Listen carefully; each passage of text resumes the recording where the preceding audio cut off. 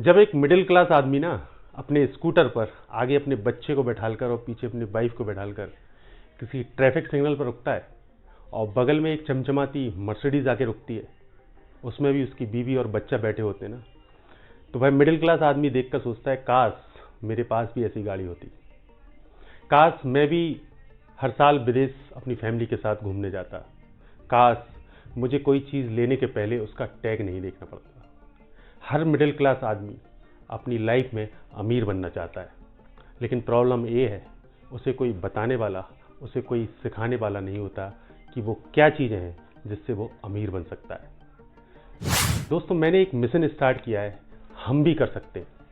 इसमें मैं कोशिश करूंगा कि वो सारी चीज़ें, वो सारी तरीके आपको बताने की, जिससे कि आप अपनी फैमिली के लिए, अपने परिवार के लिए एक वेल्थ क्रिएट कर सकते हैं। तो रिच बनने के दो तरीके हैं, पहला अर्निंग और दूसरा इन्वेस्टिंग।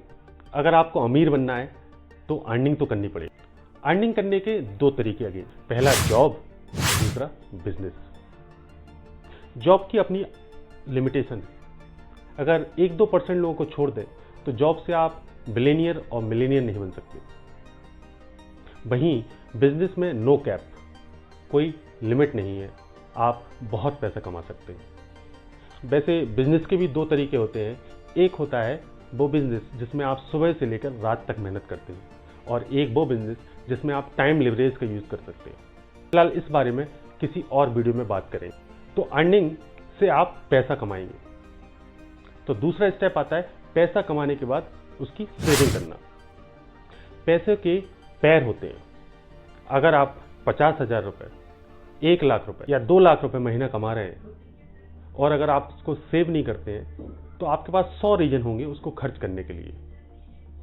अपनी बेसिक नीड के अलावा आपकी बहुत सारी चाहतें होंगी जिन पर आप पैसा खर्च कर देंगे, वो एक्चुअल में आपकी लायबिलिटीज होंगी। तो अर्न करने के बाद पैसा को सेव करना सीखना होगा।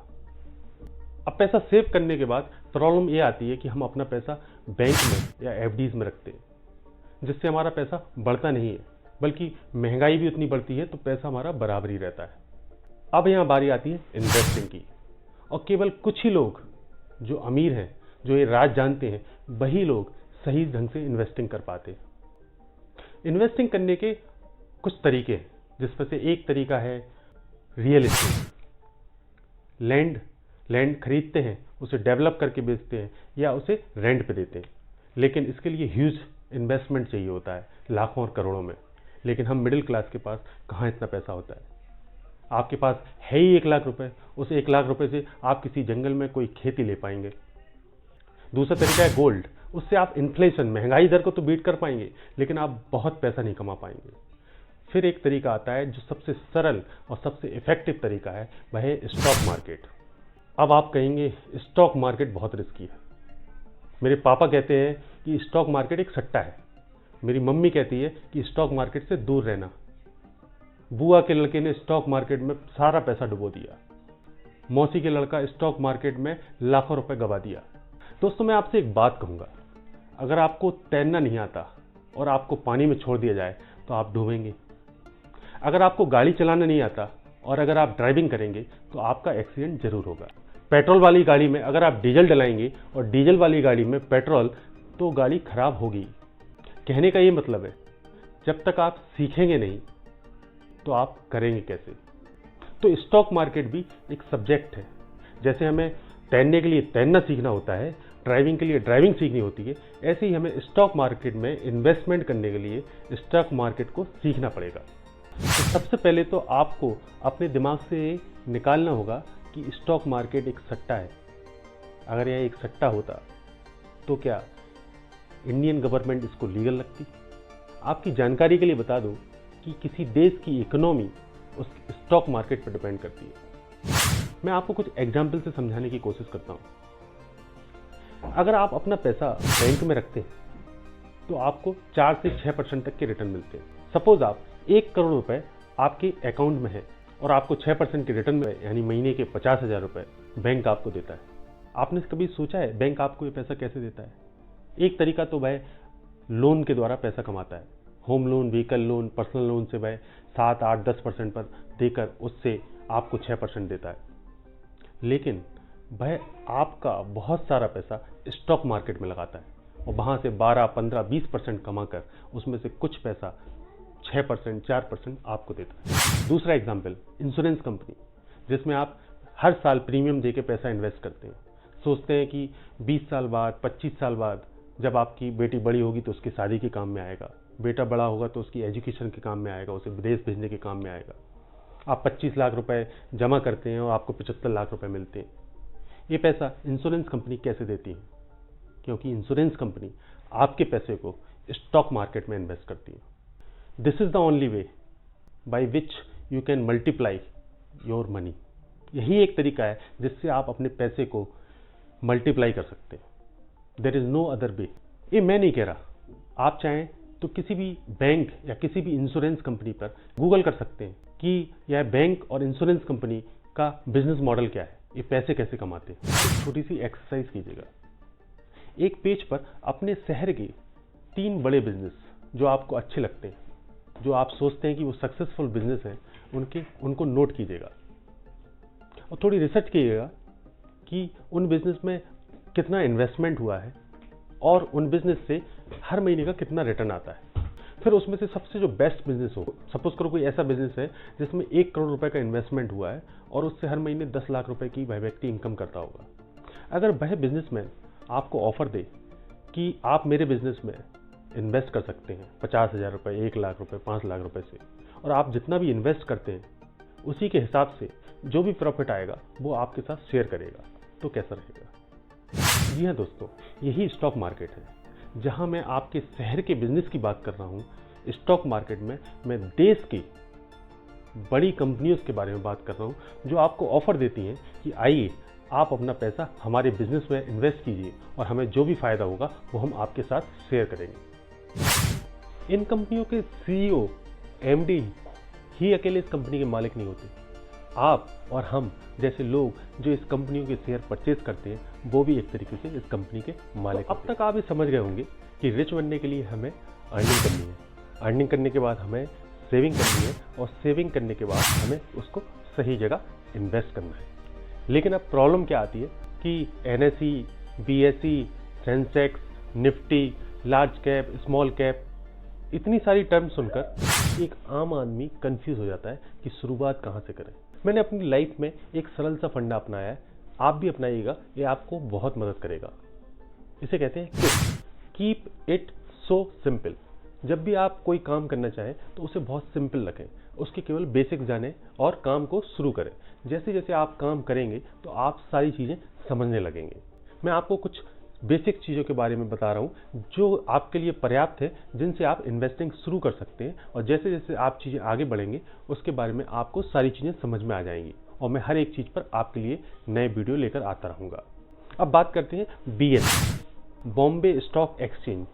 जब स्टॉक मार्केट की शुरुआत हुई तब इसका गठन हुआ। पहले के समय में स्टॉक मैनुअली खरीदे और बेचे जाते थे और हमें बॉन्ड पेपर मिलता था। फिर समय बदल गया, चीज़ें डिजिटलाइज हो गई। फिर गठन हुआ एनएसई का, नेशनल स्टॉक एक्सचेंज, जिसमें आज लगभग 1500 कंपनियां रजिस्टर्ड हैं और आज की तारीख में बीएसई और एनएसई दोनों ही डिजिटल हो चुके हैं। आज हम घर बैठे अपने फ़ोन से कोई भी स्टॉक, म्यूचुअल फंड परचेज कर सकते हैं और उन्हें बेच सकते हैं। वह हमारे बैंक अकाउंट से लिंक्ड होते हैं। हमें बस एक डीमैट अकाउंट खुलवाना होता है जो कि हमारे बैंक अकाउंट जैसा ही होता है। जब भी हम कोई स्टॉक खरीदते हैं तो वह हमारे डीमैट अकाउंट में रहता है और हम उसे कभी भी उसको बेच सकते हैं। यह हमारे बैंक अकाउंट से लिंक होता है तो वो सारा पैसा हमारे बैंक में चला आता है। बहुत सारे डीमैट अकाउंट प्रोवाइडर हैं, उनमें से कुछ डीमैट अकाउंट प्रोवाइडर की मैं लिंक डिस्क्रिप्शन में दे दूंगा और आप चाहें तो कोई सा भी डीमैट अकाउंट खुलवा सकते हैं। डीमैट अकाउंट कैसे खोलते हैं इसके बारे में मैं डिटेल में एक अलग वीडियो बनाकर आपको दे दूंगा। तो बीएसई में 4000 कंपनियां और एनएसई में 1500 कंपनियां। अगर हमें स्टॉक मार्केट के में जानना हो कि स्टॉक मार्केट बढ़ रहा है या घट रहा है तो हमें इन सारी कंपनियों के स्टॉक चेक करने पड़ेंगे।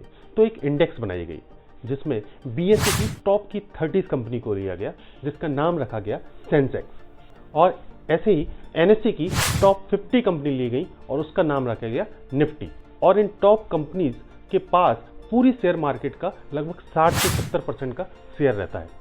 तो अब आप बताइए कि अगर आप अपने शहर के एक छोटे से बिजनेस में इन्वेस्ट कर सकते हैं तो क्या देश की हजारों करोड़ की कंपनियां, जिन कंपनियों पर देश की इकोनॉमी डिपेंड करती है, क्या उन कंपनियों के बिजनेस पार्टनर नहीं बन सकते? आपकी जानकारी के लिए बता दूं, या आप खुद चेक कर सकते हैं कि सेंसेक्स और निफ्टी के टॉप की 30 और 50 कंपनीज के पिछले कई सालों के रिकॉर्ड में कितने रिटर्न्स मिले हैं। फॉर एग्जाम्पल मैं आपको बता दूं कि निफ्टी 50 ने पिछले 10 सालों में 20% से ज़्यादा के रिटर्न दिए हैं। वहीं अगर आपने ये पैसा अपने बैंक के सेविंग अकाउंट या एफडी में रखा होता तो आपको 4 से 6% के रिटर्न मिलते।